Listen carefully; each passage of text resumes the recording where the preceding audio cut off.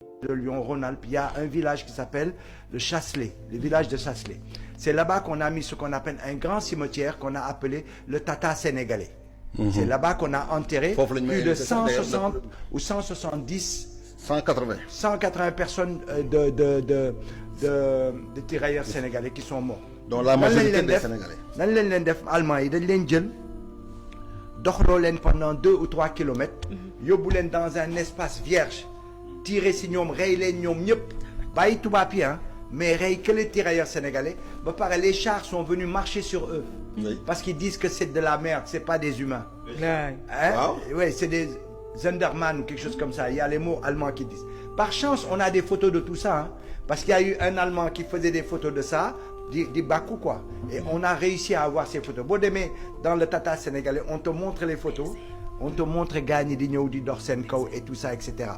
Et donc, gis nga boo fa demee man tout le temps damay dem foofu commémorer tous les ans le 11 novembre. Sa yaram day daw. Tu as l'impression que tu les entends te parler. Tu as l'impression qu'il y a des voix parce que da ngay gis nga 2 kilomètres yooyu dama koy dox tout le temps su ma demee commémoration du ma dem directement au Tata sénégalais damay dox 2 kilomètres yi essayer de revivre ce qu'ils ont vécu. C'est-à-dire tu vois la mort qui est en train d'arriver. Et puis pourquoi may insister que ñu bañ confondre tubaab yi avec ce qu'a fait l'armée. Quand tu vas au Tata sénégalais, le village là, tous les enfants qui sont là-bas, c'est obligatoire à l'école primaire, même à la maternelle, on leur apprend le chant du tirailleur sénégalais.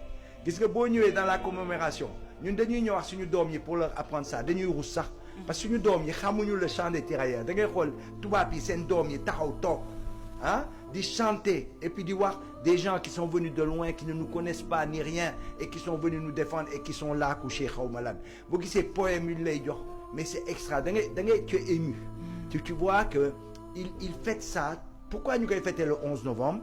Parce qu'ils ont voulu le coupler avec l'amnistie en France, c'était le 11 novembre. Donc il y a 2 commémorations, celui de l'armée française sur les falaises, et puis bu ñu wàccee ñu dem au Tata sénégalais, ils t'offrent un repas, la mairie t'offre un repas toute la journée. C'est là-bas que j'ai vu beaucoup de chercheurs sur la question des tirailleurs sénégalais qui travaillent beaucoup sur ces questions. Pourquoi? Parce que les 180 qu'on a enterrés là-bas, on ne les connaît pas tous.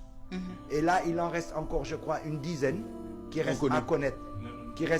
Mais tous les ans on arrive à trouver qui kan la nit yi dañuy ñëw. Il y a des étudiants dañuy ñëw. Man j'ai vu un étudiant qui s'appelle Goudiaby dafa ñëw foofu pour jàng à Lyon bu mu ñëwee au Tata Sénégal il a vu que son grand-père dañ ko suul foofu.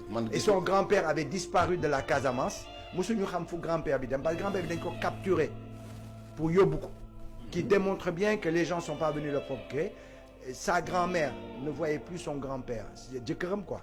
Et donc elle a vécu comme ça mosuñu xam fu grand-père bi dem bu mu demee foofu la gis que son grand-père est là-bas Goudiaby foofu lañ ko suulee. Donc un étudiant qui est venu étudier gis nga yàlla nu muy def mu ngi ñëw jàng à Lyon dans la région lyonnaise en venant au mois de novembre parce que ñun au niveau de la diaspora on travaille beaucoup ces questions. ñun dañu étonné sax pourquoi au Sénégal les gens prennent pas ça au sérieux. Nous on travaille beaucoup ces questions, on fait les commémorations, on va dans tous les lieux, on y va. Et donc bu ñu fa demee il a vu que son grand-père était enterré là-bas. Et là, ce que je voulais dire en fin de compte, Senghor musu fa dem. Aucun président demu fa sauf Wade. Wade avait été là-bas avant les élections en 2010. Voilà, et il a dit si je suis élu en 99 je crois, il a dit si je suis élu, je reviendrai. C'est le seul. Mais pour vous dire que il faut vraiment que nos hommes d'État sache qu'ils ont un devoir de mémoire. Que bu ñu demee France wax nañu dem recueillir. Moi je demande à ce que Diomaye le 11 novembre mu bañ ko fi fekk quoi. Na dem foofu quoi recueillir. Ça va d'abord redorer le blason de notre pays et ces gens-là ont besoin de ça. Gis nga la question chemin des dames combat boobu le combat le plus meurtrier de la Première Guerre mondiale. 6000 tirailleurs sénégalais sont morts d'un coup comme ça. Quand Jospin a réhabilité, parce que ce qui s'est passé, lorsque les gens ont vu que dañuy dee, il y a eu l'armée française dañu reculer dañu daw. Il y a eu ce qu'on appelle les poilus, on les appelait les poilus, ont couru, ils ont déserté. On les a attrapés, on les a fusillés. Parce qu'ils ont déserté. Quand Jospin est allé là-bas, quand il a été Premier ministre, il a réhabilité les gens qui ont couru parce qu'il a dit c'était normal parce que fii dee rek a fi amoon. Donc ils ont fait un grand mémorial là-bas vers Amiens et tout ça. Et ils ont fait un grand mémorial qu'on peut visiter. Moi, je demande à ce que les Sénégalais aillent le visiter quand ils vont en France. Nendem Chasselet, Nendem Fofou, Nendem dans les lieux où il y a les tirailleurs sénégalais. On a un devoir de mémoire. Eh bien, quand il a réhabilité les gens, il n'a pas dit un seul mot sur les tirailleurs sénégalais. D'accord. Pas un seul mot. Et aucun État africain ne s'est plaint. C'est-à-dire, on les a considérés pour 3 fois rien. D'accord.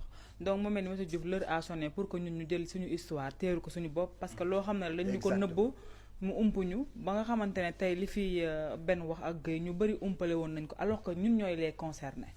C'est vrai li nga wax dafa am solo aussi benn